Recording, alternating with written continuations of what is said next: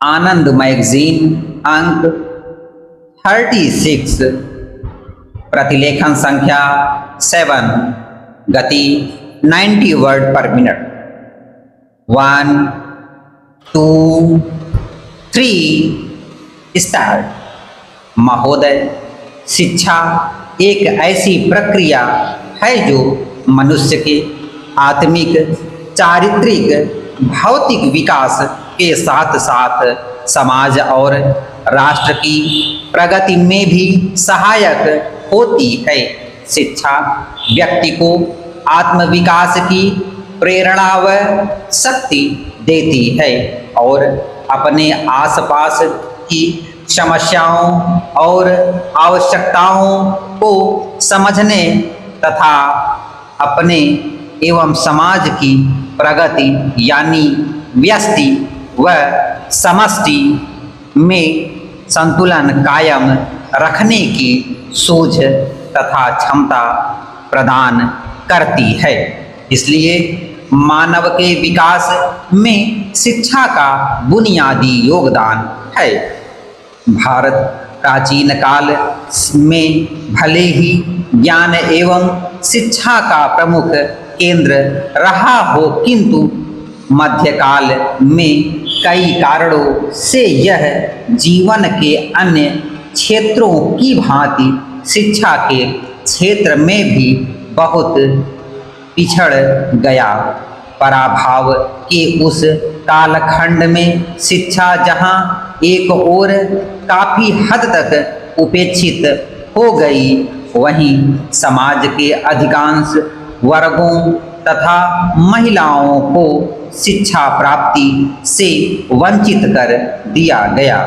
इसके फलस्वरूप ज्ञान, संस्कृति और सभ्यता की प्रगति अवरुद्ध हो गई तथा हमारा समाज समग्र मानव कल्याण के अपने परंपरागत उद्देश्य से भटक गया।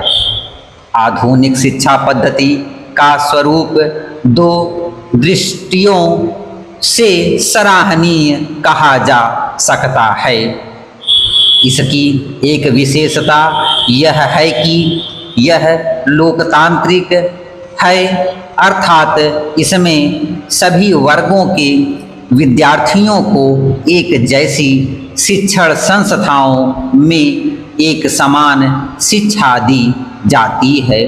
और दूसरी विशेषता यह है कि इसमें महिला शिक्षा पर विशेष बल दिया गया है।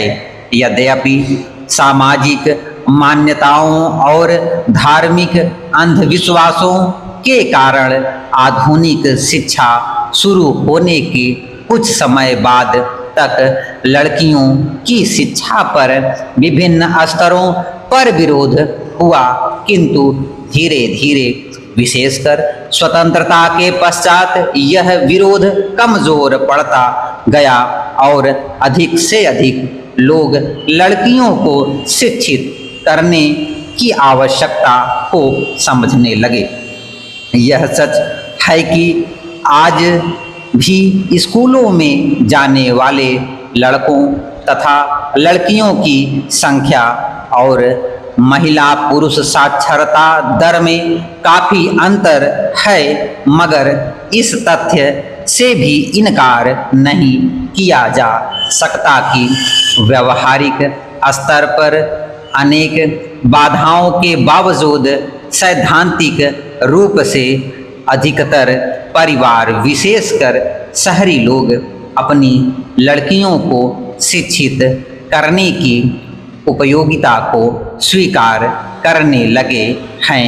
जिस समाज में 50 से 60 वर्ष पहले तक स्त्री शिक्षा निषिद्ध थी, उस समाज में लड़कियों को साक्षर बनाने के विचार को सामाजिक स्वीकृति मिल जाना अपने आप में एक उपलब्धि है। हमारे देश के नीति निर्धारकों ने राष्ट्रीय विकास का जो रुख अपनाया, उसके अधिकतर पहलुओं की नींव पड़ चुकी थी। स्टॉप।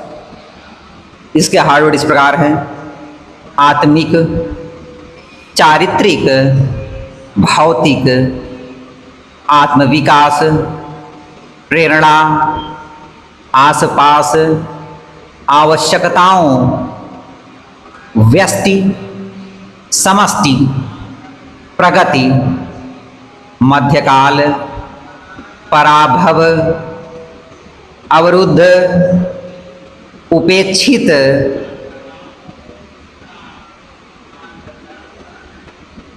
परंपरागत, आधुनिक, सराहनीय, लोकतांत्रिक, विद्यार्थियों, मान्यताओं, अंधविश्वासों, विशेषकर स्वतंत्रता, साक्षरता,